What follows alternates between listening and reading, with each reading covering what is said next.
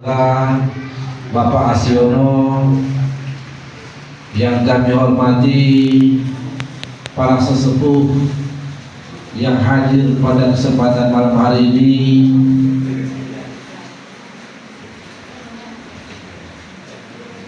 pengurus yayasan yang kami hormati, pengurus jamaah Sholawat Wali Songo yang kami hormati dan kami banggakan, ibu-ibu yang kami hormati, hadirin dan hadirat yang dirahmati Allah Subhanahu wa taala.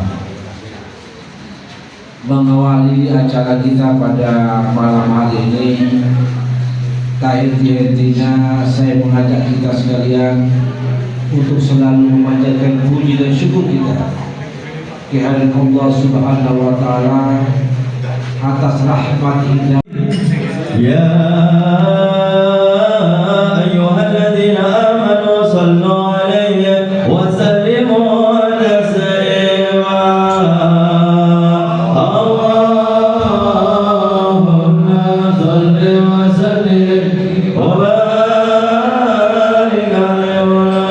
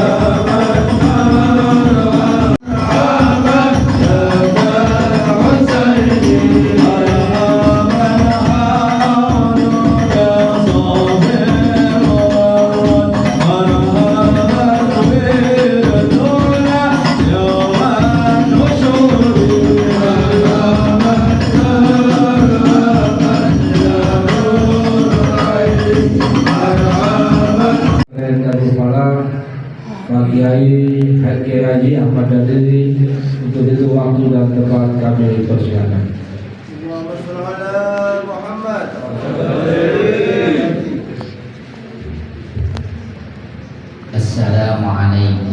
warahmatullahi wabarakatuh. Alhamdulillah wassalatu wassalamu ala Rasulillah wa ala alihi wa ashabihi wa man tabi'a rusdan, amma ba'd. Para jamaah ingkang kula mulyakaken, ketua jamaah Songo, Bapak Ibu yang hadir pada malam rutinan malam hari ini, terkhusus kepada Sohibul Bait Pak Yono sekeluarga, mudah-mudahan beliau diberikan kesehatan, panjang umur, murah rezekinya, barokah manfaat fid wa dunya wal akhirah. Mudah-mudahan kula panjenengan sedaya yang hadir pada malam hari ini mendapatkan keberkahan rahmat saking Kanjeng Rasul Muhammad sallallahu alaihi wasallam dengan wasilah pembacaan maulid tiba setiap malam Sabtu. Para jamaah yang saya muliakan, sudah lama saya terputus mengaji fokus ke fikih. Insyaallah malam ini saya berusaha kembali untuk mengkaji masalah fikih. Mungkin saya ulangi dari bab sholat, tapi dengan kitab yang berbeda. Kalau tahun kemarin niku pakai kitab Fathul Qorib terlalu pendek pembahasannya. Maka mudah-mudahan ini bisa mengingatkan atau menambah atau untuk memperbaiki ubudiyah kita kepada Allah Subhanahu wa Ta'ala. Di sini dikatakan babus sholat, bab sholat. Innama tajibul maktubah ala muslimin mukallafin ta'iri. Jadi sholat maktubah artinya sholat 5 waktu itu hanya diwajibkan bagi orang muslim yang mukallaf, yang suci. Artinya orang bisa sholat kalau suci dari 2 hadas, kecuali ibu-ibu, itu tidak diwajibkan ketika tidak dalam kondisi suci. Wa yu'tamu in akhrajaha an waqti jam'in kasalam. Bahkan di sini di kitab Fathul Mu'in dijelaskan orang yang sengaja meninggalkan kewajiban sholat dan dia tahu bahwa sholat itu hukumnya wajib, yu'tam, orang ini halal dibunuh. In lam yatub, kalau tidak ada niat untuk bertobat.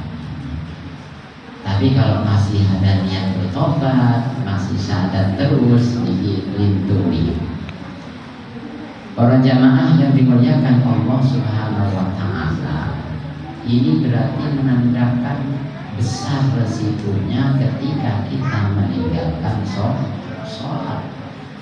Nah sekarang bagaimana kalau sholat kita itu kelewat?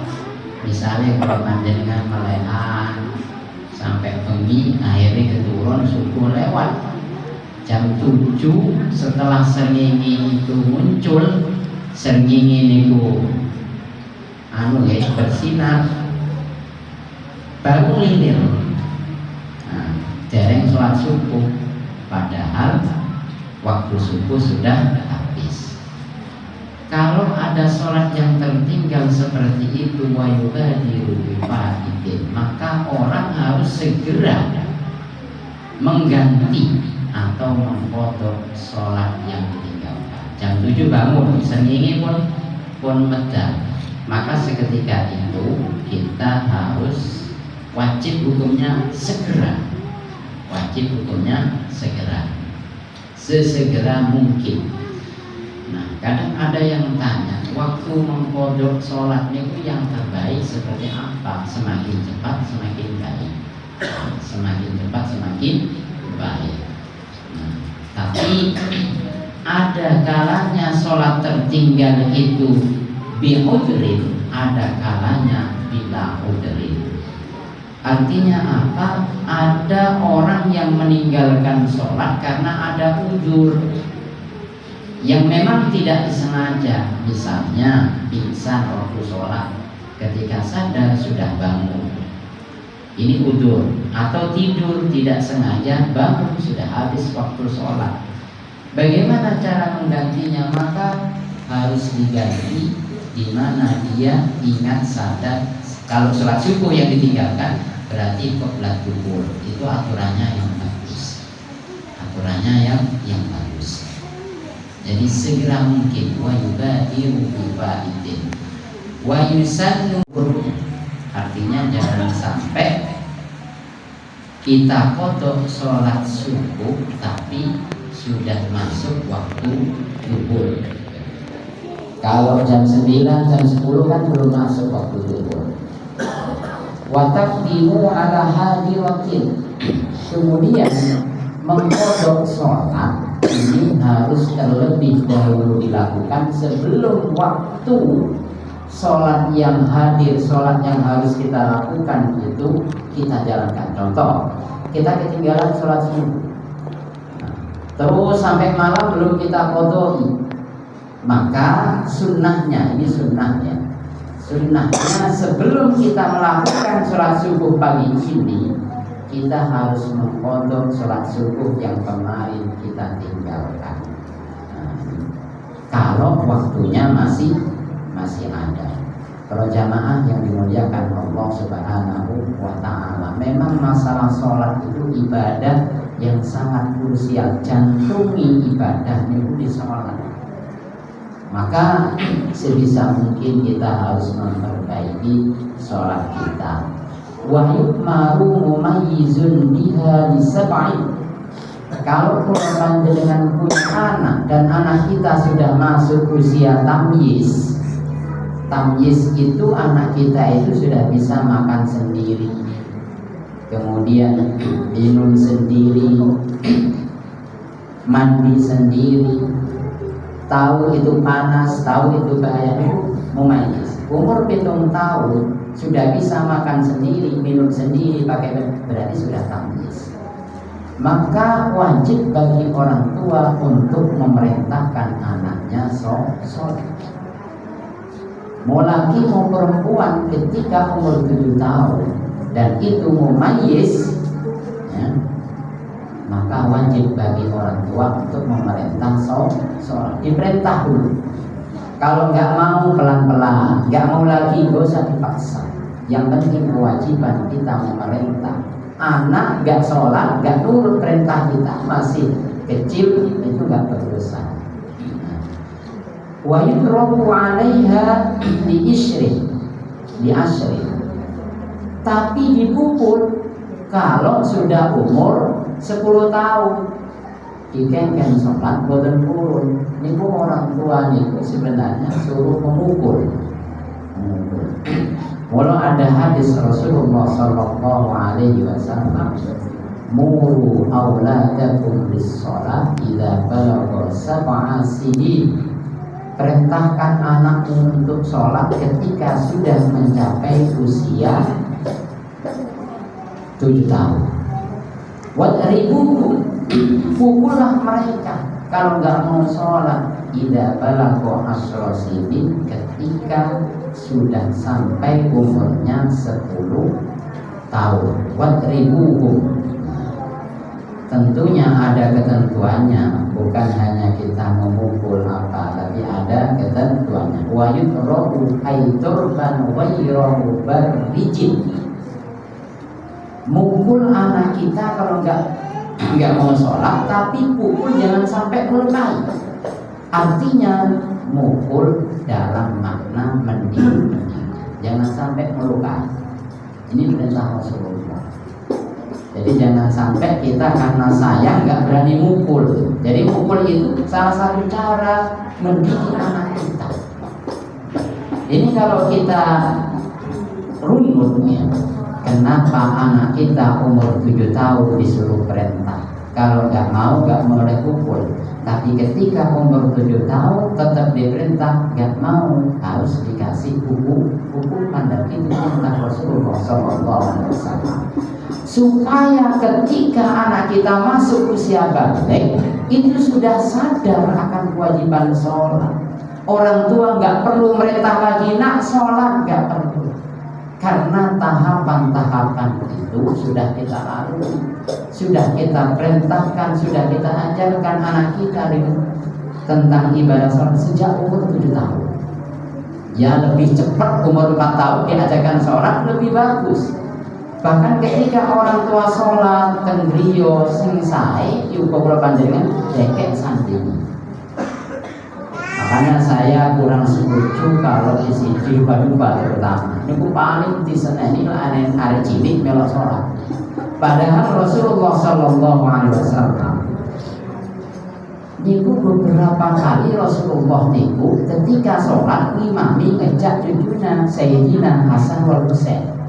Sampai suatu ketika Rasulullah sujud, Sayyidina Husain niki langsung mencolot ke kegeri, nyekeli napa gulune. Ketika bangun dari sujud berdiri terus ngamploan sampai tangan sebelah Rasulullah sambil memegang Sayyidina Husain. Terus ternyata itu mendidik, memperkenalkan anak kita ke tempat ibadah sejak dini. Kalau ribut diiling no. Soalnya apa para jamaah, para raku? Kalau anak kita tidak pernah kita kenalkan dengan kewajiban sholat, tidak pernah kita kenalkan dengan masjid, maka anak kita susah akan masuk datang masjid. Diperintahkan dari kecil, umur 10 tahun harus ada hukuman. Hukuman itu bukan apa? Memberikan pelajaran kepada anak kita akan tanggung jawab, sehingga ketika usia balik mereka tahu bahwa itu wajib dan harus dilaksanakan.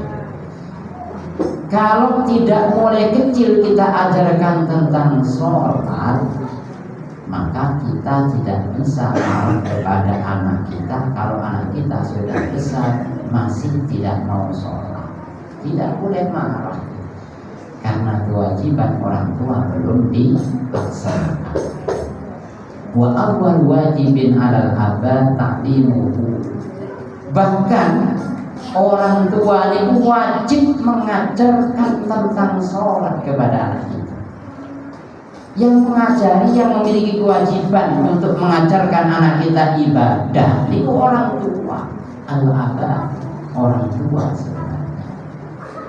Guru niku sebenarnya membantu menjalankan kewajiban orang tua. Ya kalau Ustaz, kalau saya aja belum bisa nih malu, cari orang mengganti posisi orang tua yang memiliki kewajiban taklimul aulad, mengajarkan apalagi tentang sholat kepada anak-anak kita. Para rawuh yang dimuliakan Allah, seolah-olah ajaran Islam itu memaksa. Gak gelem kepuk pecut. Tapi khairu mubarrijin, jangan sampai melukai.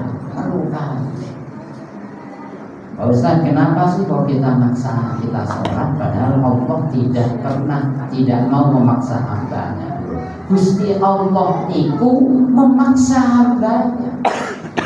Kulo panjenengan dipaksa sholat, kulo panjenengan dipaksa puasa. Kata siapa Allah tidak memaksa hambanya? Gusti Allah niku tidak memaksa hambanya pada perkara yang hambanya tidak mampu mengerjakan. La yukallifullahu nafsan illa wus'aha. Berarti perkara sing mampu oleh maksa. Pemahaman ayat itu seperti itu.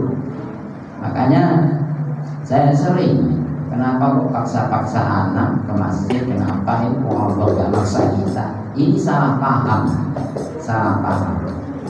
Yang namanya kewajiban itu ya sama saja memaksa. Kalau kita tidak menjalankan, disiksa oleh Allah. Dan menurut pitutur Jawa niku, sesuatu niku saged iso jalaran dipaksa. Ya. Mantun-mantun dari iso jalaran dari kulino. Demikian sholat. Kalau kita tidak paksa, anak kita itu nggak akan terbiasa melakukan sholat. Dan semakin besar, semakin susah diluruskan. Ibarat bitingnya. Satu soto. Kalau masih telas, soto itu diluruskan itu rasa enak. Tapi kalau sudah kering, ya, artinya semakin dewasa umur seseorang susah diluruskan.